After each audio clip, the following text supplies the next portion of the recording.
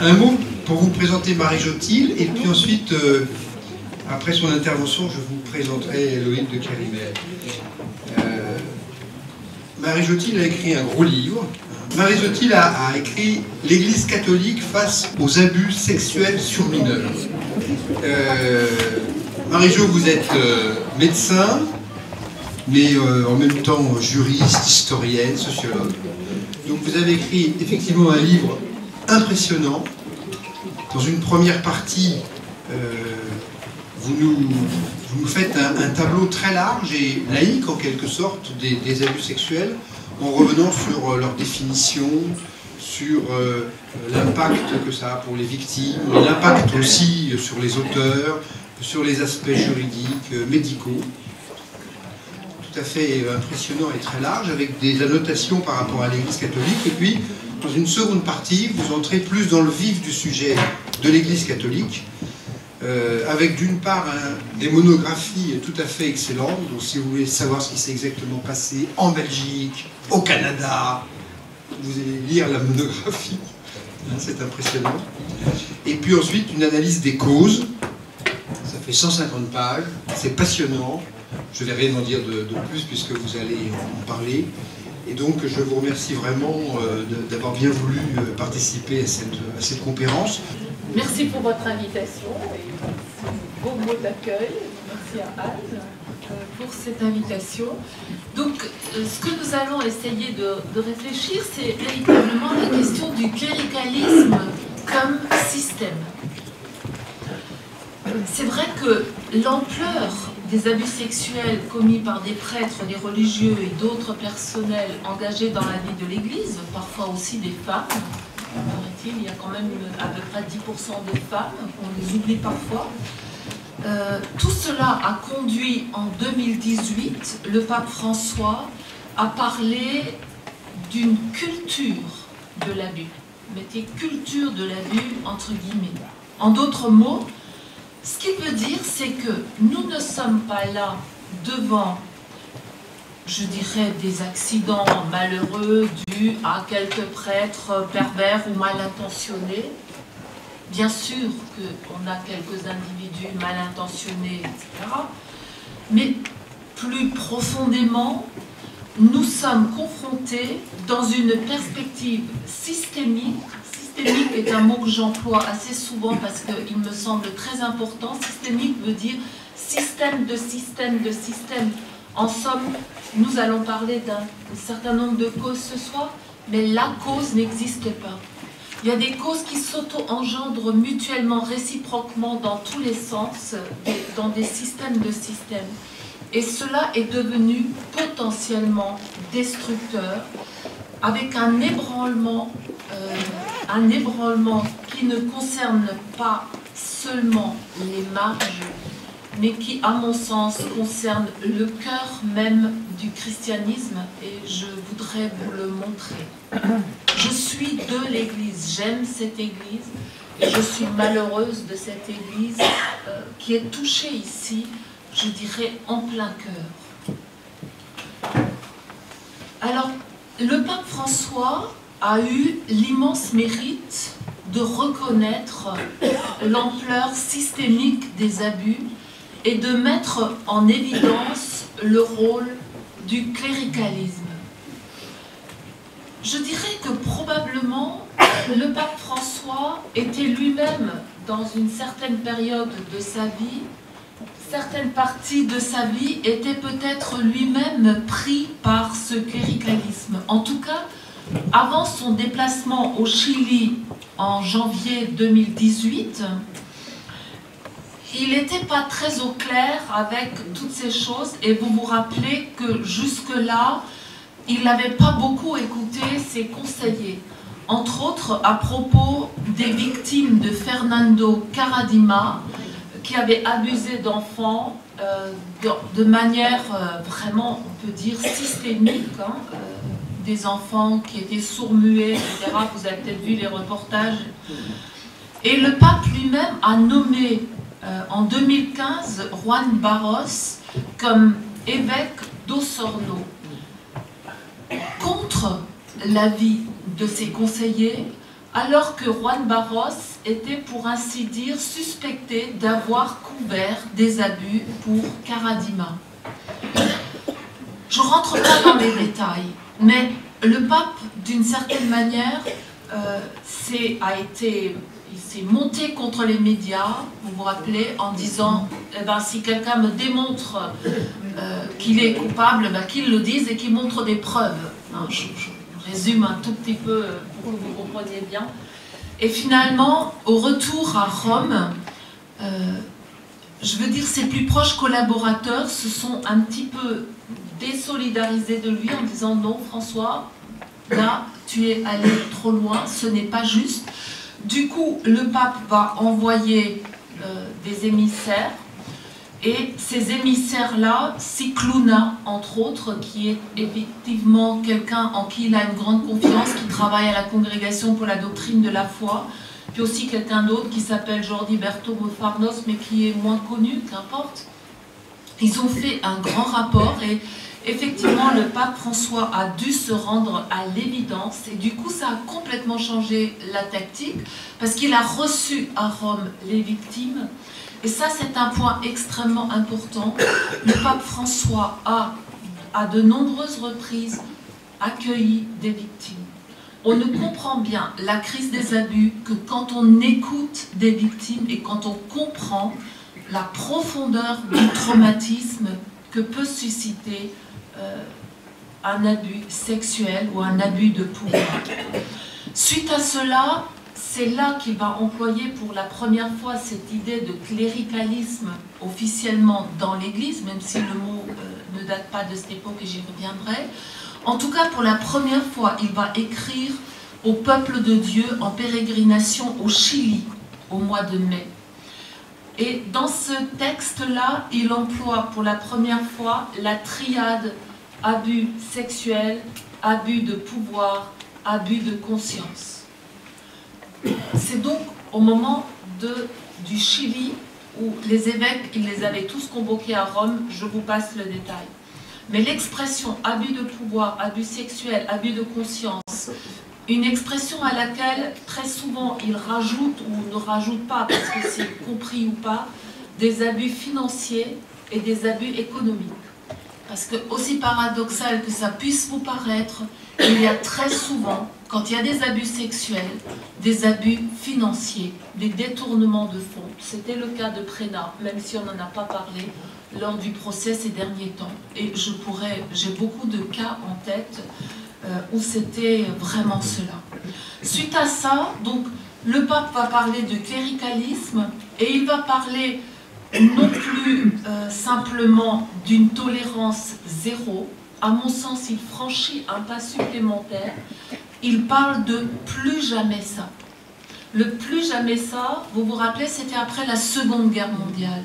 C'était pour dire la profondeur du traumatisme. Il va reprendre cette expression, plus jamais ça.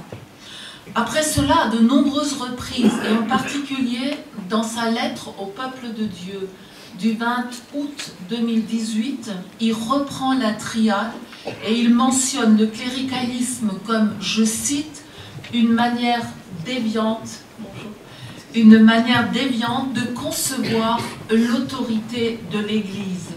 Et il ajoute, dire non aux abus, c'est dire non de façon catégorique à toute forme de cléricalisme. Fin de la citation. Celui-ci, explique-t-il, ce n'est pas une citation explicite, mais je reprends le sens, génère des scissions communautaires et l'élitisme, des dynamiques de division et de séparation, de l'autoritarisme et des spiritualités narcissiques. On peut penser dans une communauté nouvelle un certain nombre de spiritualités très narcissiques. En somme, le cléricalisme brouille et perturbe gravement les relations, aussi bien intra que extra-ecclésiales.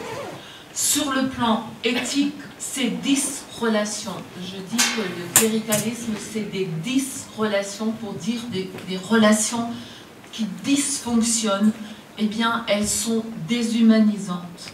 Selon la foi chrétienne, elles sont contraires à l'évangile du Christ.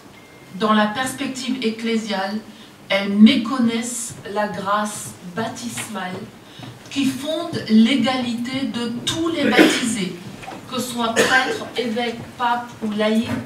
Nous sommes d'abord tous des égaux avec la même grâce baptismale. Et le baptême est le premier et le plus fondamental des sacrements, ne l'oublions pas.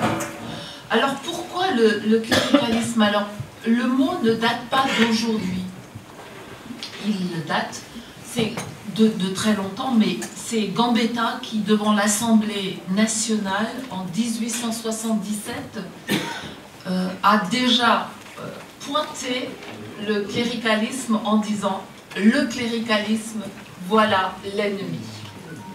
Le cléricalisme, voilà l'ennemi. Alors, c'est intéressant, juste comme ça, en passant, même si je n'ai pas le temps de rentrer en détail, de pointer que nous sommes à ce moment-là dans les querelles religieuses, après la Révolution française, dans une espèce de climat très difficile, mais où l'Église va, avec les écoles de spiritualité, affirmer aussi son existence de manière très forte comme société parfaite, avec l'école de spiritualité française qui, je vais y revenir, a une certaine idée du prêtre sur laquelle je vais revenir. Donc, ça se situe déjà à ce moment-là, et on voulait dire par là, et j'en reprends un article extrêmement intéressant de Joseph Leclerc dans Catholicisme d'hier, aujourd'hui et demain. Vous savez, c'était ces grandes...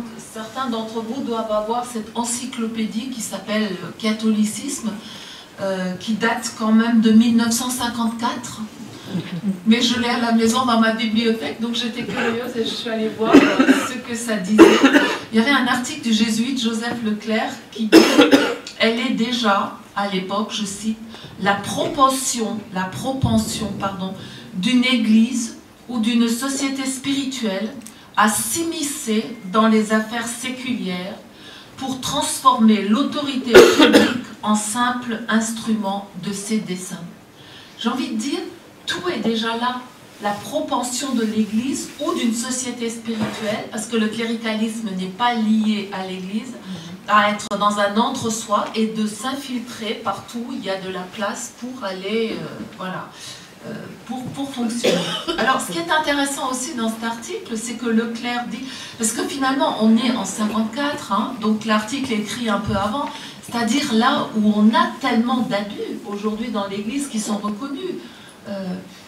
Et il disait aussi que le protestantisme de Calvin à Genève ou le puritanisme du XVIIe siècle, eh bien, relève aussi de cette perspective.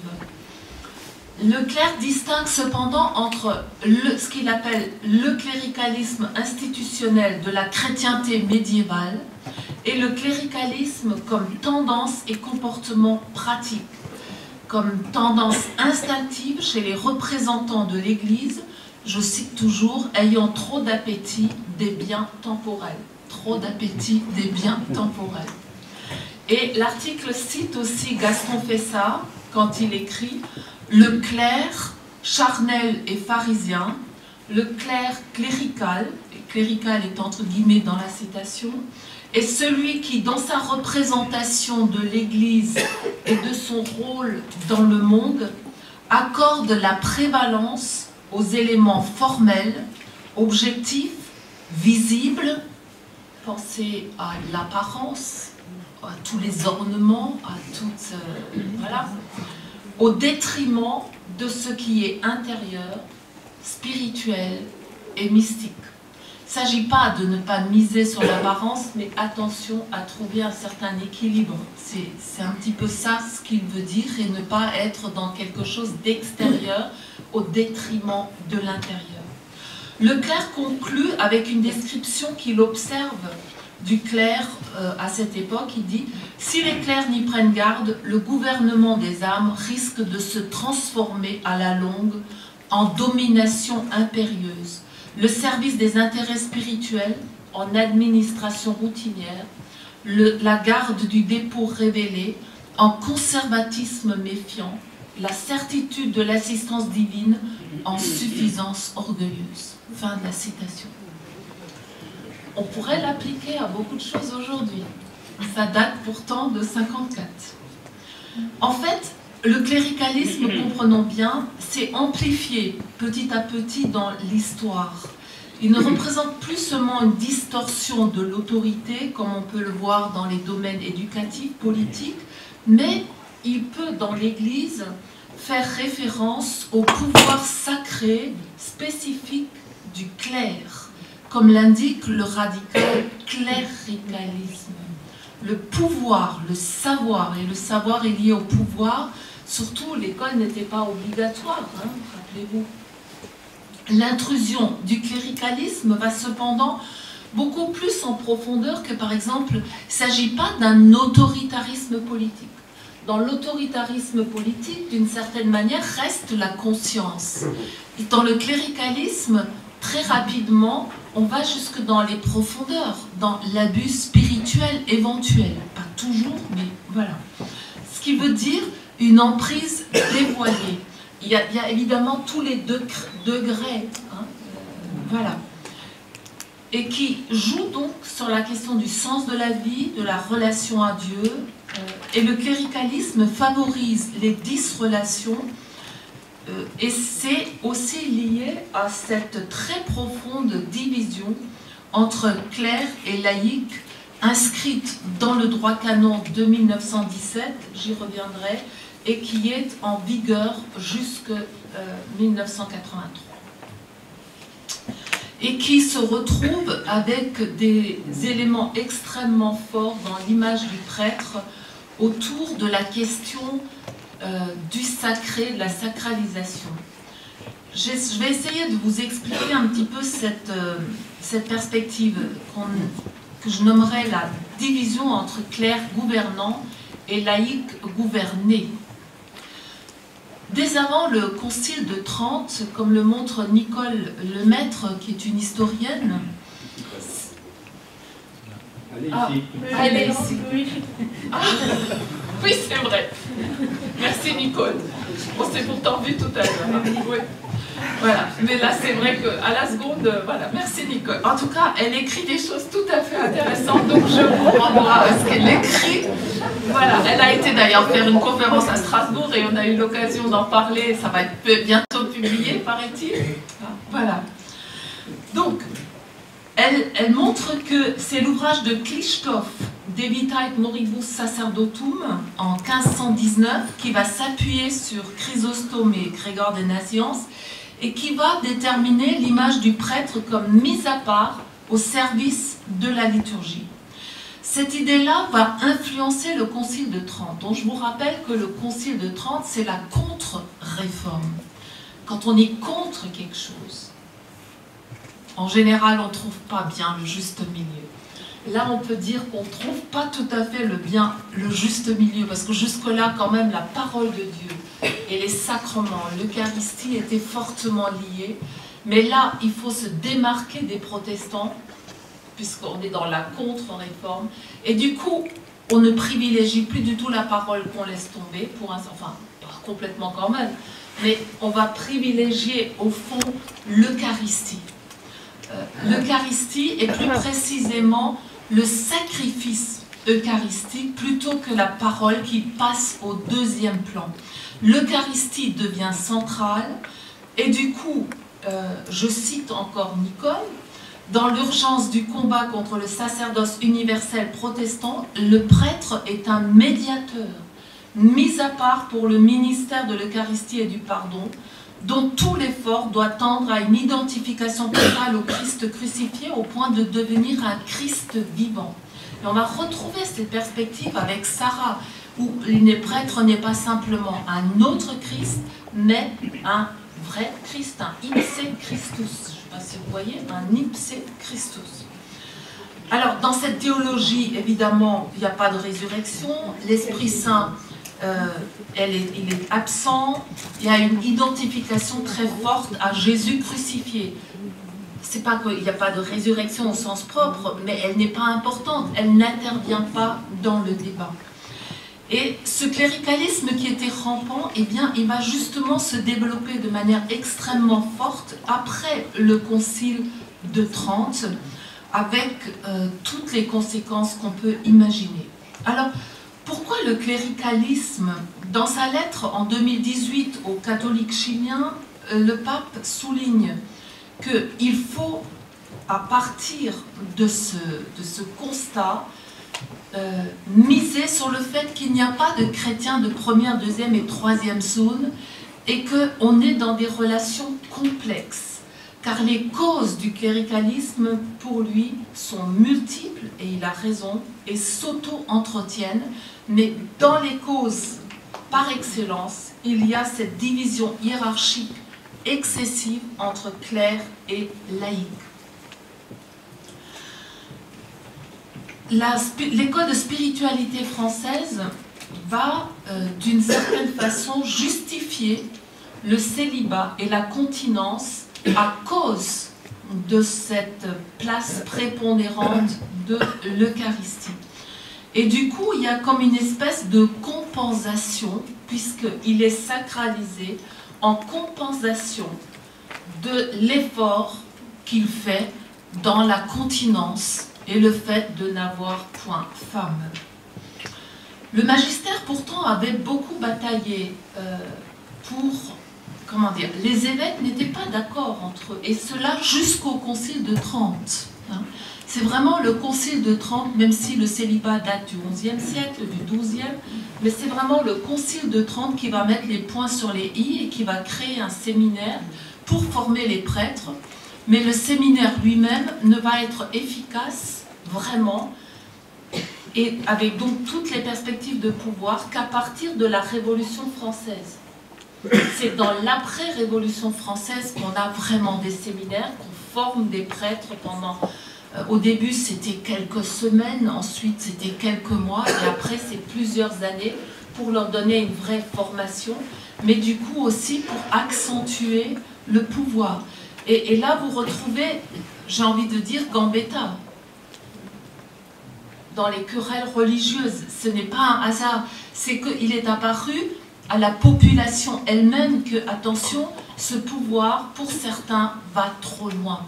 Il s'infiltre trop excessivement. Voilà. Donc, on est ici. Alors, il y a plein de choses à dire sur lesquelles je n'ai pas le temps de... parce que le temps avance en vitesse.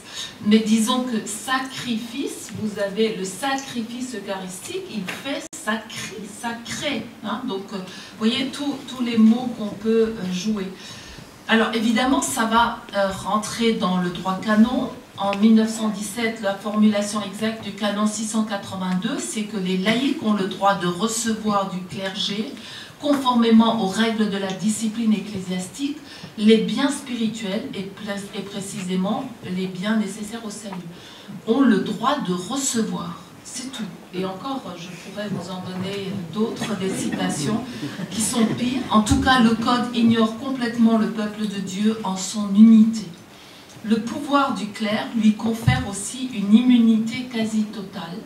Marie Keenan, qui a écouté des prêtres en prison, mais c'est exactement la même chose la semaine dernière avec Prénat. Au fond, ils abusent d'enfants, mais ils ne pensent pas sérieusement leur faire du mal. En tout cas, pas trop. Comme ils disent, pas trop. Ils se réfèrent à une liste mentale de comportements sexuels qu'ils estiment, entre guillemets, acceptables.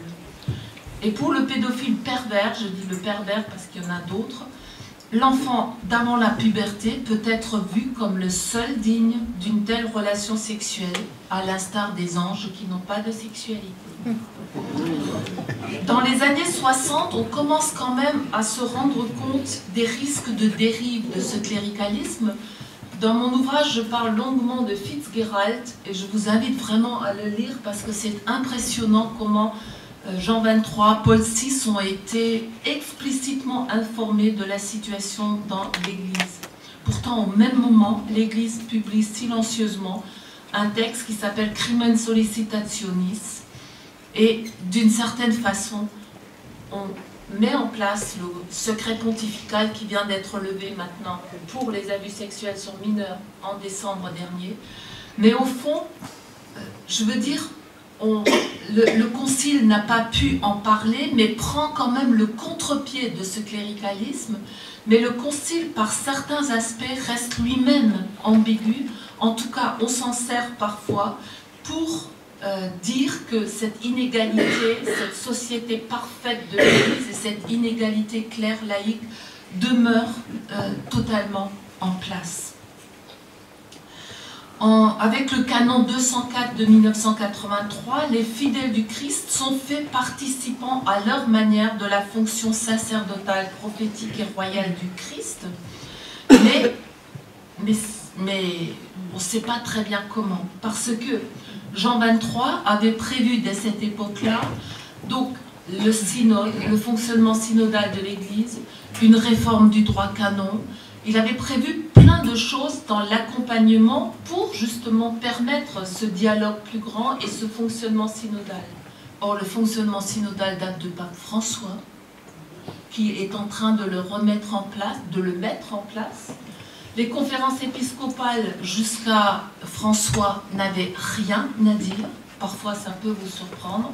Mais toutes les questions qui étaient réglées à l'avance par Rome sur des sujets dont Rome, par exemple, le sacerdoce des femmes, interdiction d'en parler. Donc un synode, là où il y a l'un ou l'autre endroit où parfois on a eu des synodes, il y a des questions interdites, des évêques disent, bah, de toute façon ça ne sert à rien, mais plus encore, ils n'avaient pas le droit d'en parler en haut lieu. Vous voyez, ça faisait partie de ces règles-là. Et la réforme du droit canon, bah, il faut attendre jusqu'à 1983 pour qu'elle arrive. Donc c'est relativement proche de nous, et là maintenant il y a plein de canons qui sont désuets et il faut les reprendre. On est dans une perspective, Doyle parle de pensée magique des ordres sacrés. Il y aurait beaucoup à dire sur cet aspect-là. En tout cas, aujourd'hui, normalement, la fin de Lumen Gentium suggère qu'une vraie collaboration au fonctionnement de l'Église est possible et devrait être la règle. Avec l'aide, je cite Lumen Gentium 37, avec l'aide de l'expérience des laïcs, les laïcs sont mis en état de juger plus distinctement et plus exactement en matière spirituelle, aussi bien que temporelle, et c'est ainsi toute l'Église qui pourra renforcer par tous ses membres, remplir pour la vie du monde plus efficacement sa mission. Donc vous voyez, on a des textes, mais en même temps, il y a d'autres textes où, dans le même temps, on a une interprétation qui reste problématique. Alors, il y a eu, certes, bien des progrès depuis cette époque-là, mais dans le livre qui a été publié la semaine dernière, je donne juste quelques éléments parce que je me rends compte que je n'ai pas le temps de développer tous ces points. Le livre de Benoît XVI, avec le cardinal Sarah, toujours le même. Eh bien, combien de fois est nommé le Concile Vatican II? Une fois, pour dire qu'il pose problème. Alors, il y a eu quand même des efforts aussi du côté du pape, mais c'est vrai, le pape a... c'est pas facile, il n'a pas les coudées franches. Il met en place petit à petit des éléments. Vos Estis Lux Mundi, qui a été publié le 9 mai l'année dernière, d'un texte extrêmement important, puisqu'il oblige dorénavant tout ordonné à signaler son confrère s'il y a une suspicion, et de le signaler à l'ordinaire du lieu, ce qui veut dire l'évêque, etc. Bon, et puis il faut mettre une espèce de lieu commun pour pouvoir, un guichet unique si vous voulez, pour pouvoir signaler. C'est des choses qui sont effectivement en train de se mettre en place. Je suis témoin d'un certain nombre de choses, y compris dans des pays qui ne sont pas la France. Mais c'est vrai qu'il reste énormément de problèmes. La question de prêcher, on n'a donc pas le droit de prêcher comme laïc, comme femme encore beaucoup moins. Ben, il a contourné un peu le problème avec l'aide du cardinal Marx, en disant que finalement, ben, parfois les laïcs sont plus compétents que les prêtres, et donc on peut les prendre comme des experts. Voilà, c'est assez c'est assez intéressant d'observer combien le pape François, quand il n'a pas la main, parce que la curie s'oppose par certains de ses représentants contre, eh bien, il essaye de trouver d'autres solutions. Alors, parmi les conséquences majeures, il y a évidemment la question du secret, l'absence de transparence, la non-reddition de comptes. Un clerc, comme un évêque, comme un pape, n'ont pas à rendre de compte. Le corporatisme entre clercs, les enchaînements qui se suivent, qui enchaînent, enfin, voilà, je m'arrête, hein, parce que sinon je vais vous mettre le cafard. Je prends juste voilà, l'entre-soi clérical, juste ma conclusion, d'accord? Le soir du jeudi saint, dans le récit de la Passion selon saint Luc, Jésus évoque les épreuves terribles qui attendent les disciples. Mais continue-t-il, Jésus, s'adressant à Pierre, « J'ai prié pour toi, afin que ta foi ne défaille point. Toi donc, quand tu seras revenu, affermis tes frères. » Cette prière de Jésus, à mon sens, nous empêche aujourd'hui de désespérer. Mais en même temps, elle nous met le pied à l'étrier. Alors qu'elle s'adresse à celui qui va le renier par 3 fois, à celui qui se dérobe, à l'instar des clercs et des évêques qui ont occulté les crimes et qui sont en grande partie responsables de cette situation. Elle donne aussi force et espérance à celui que Jésus charge d'affermir ses frères et sœurs. Ça reste Pierre. Et peut-être est-ce justement parce qu'il est tombé, parce qu'il a craqué, parce qu'il a trahi, que Pierre mesure la profondeur du traumatisme et s'en trouve mieux à même d'affermir la foi, de conforter la confiance, de bâtir l'Église. À sa suite, nous, baptisés, témoins de sa résurrection, nous n'avons pas non plus l'assurance de ne pas tomber, mais nous pouvons aujourd'hui encore compter sur la prière du Christ pour nous relever, ressusciter, afin d'affermir nos frères et sœurs dans et en dehors de l'Église et de promouvoir non seulement une tolérance zéro, mais comme dit François, et comme on l'avait dit après la Deuxième Guerre mondiale, plus jamais ça. Merci beaucoup.